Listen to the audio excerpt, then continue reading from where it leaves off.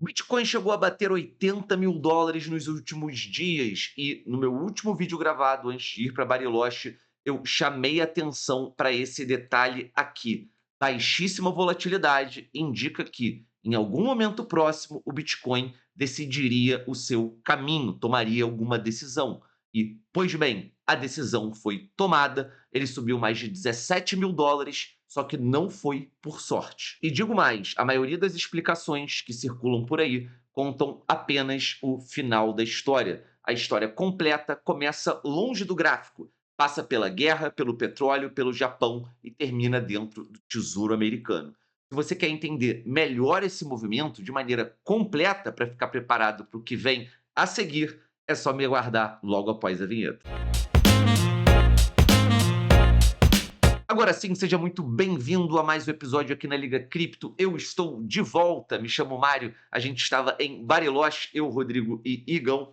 Mas é claro que eu já aviso logo de início, se você já acompanha o nosso trabalho, deixe o seu like e se é o seu primeiro vídeo, considere se inscrever e deixar esse apoio tão importante pra gente no final do vídeo, se você acreditar que ele te acrescentou alguma coisa. Sempre bom lembrar, se você ainda não sabe, a Bybit apoia todos os vídeos aqui do canal e tem uma novidade quentíssima em relação à Bybit. A conta internacional já está funcionando. Basta você ter a sua conta criada com o link aqui da liga que está aqui embaixo na descrição. E se você tiver alguma dúvida, meu último vídeo explica o passo a passo de como você pode ter a sua conta internacional, recuperar sua liberdade, obviamente com responsabilidade, e, claro, ter acesso a todos os produtos e serviços que nós já estávamos acostumados, então eles continuam no ambiente internacional. Dito isso, vamos para o que mais interessa, vamos falar do Bitcoin. Se não foi sorte, o que aconteceu? Então, para começar, 80 mil dólares 415 foi a máxima de hoje, o maior preço em 3 meses, resultando em 8 altas em 9 pregões. A gente teve mais 30% em apenas 4 dias na semana passada, de 63 mil dólares para casa dos 80, e a gente está falando de 450 bilhões de valor de mercado recuperados por cripto como um todo. Então vamos reconstruir essa jogada de dominó, né? Essa queda em sequência. Como a gente pode resumir isso em uma frase?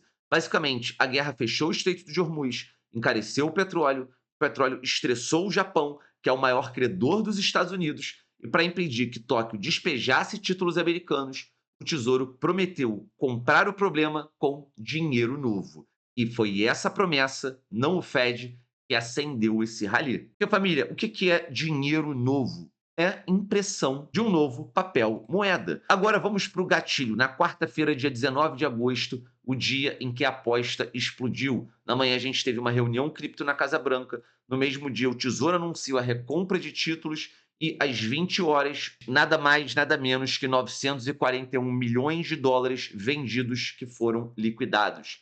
Quem que pagou essa conta e quem que validou? Os vendidos, a gente está falando de 3,8 bi em 4 dias, a maior liquidação de shorts da história. E em termos de ETF, a gente teve quase 2 bi de entrada desde outubro de 2025. Então, a Fortune, ela resumiu o dia numa manchete. Os traders apostaram que o Bitcoin estava preso abaixo dos 67 e o Tesouro explodiu essa aposta numa única tarde. E sob coincidência com a reunião com a Casa Branca, fica esse asterisco, esse comentário que o Rodrigo disse na última live. Dizer que não existe manipulação por trás também é complicado. Realmente as coisas se alinharam de maneira muito interessante para o Bitcoin. Seguindo aqui, a peça-chave por que o mercado acreditou. O mercado ele não veio comprar uma solução, ele comprou a confissão feita pelo governo americano. Essas compras podem ir além de 4 bilhões de dólares e não existe nenhuma mágica no número de 40 trilhões de dívidas.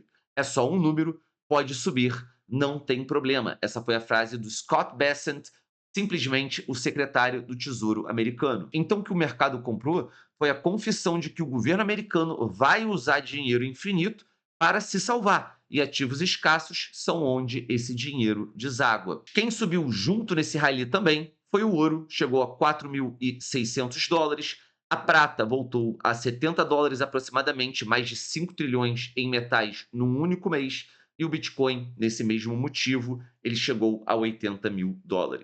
Então vamos responder uma pergunta que muitos estão fazendo. Essa alta, ela se trata de uma virada definitiva? Então vou trazer aqui um pouco do que o Rodrigo comentou na live em termos de ação de preço e comentários pontuais. A gente tem hoje o Bitcoin em torno de US$ 79.000, tá? Quando eu fiz a apresentação ele estava em 80, mas vamos supor aqui, entre 79 e 80.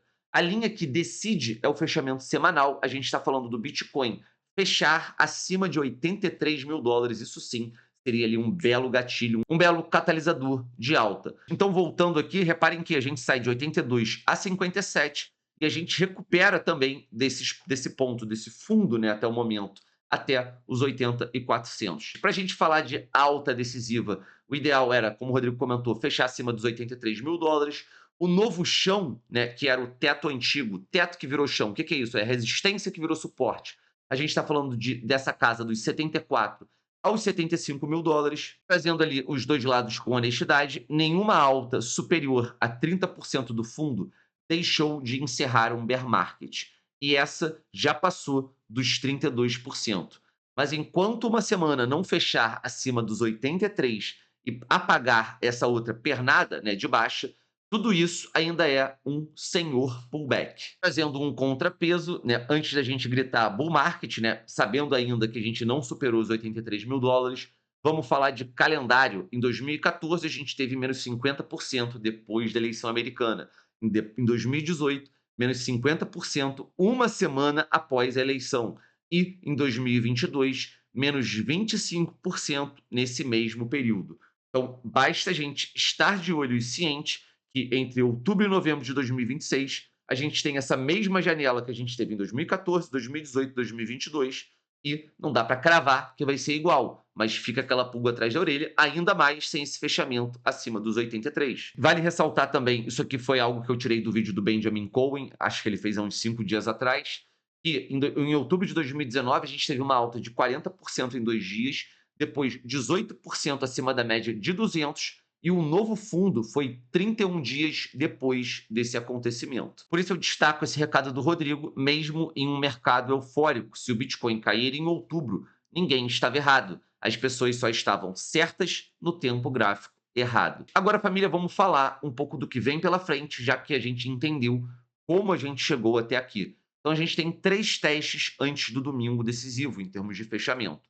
Quarta, sai o PCE, a inflação preferida do Fed, junto com o PIB do trimestre.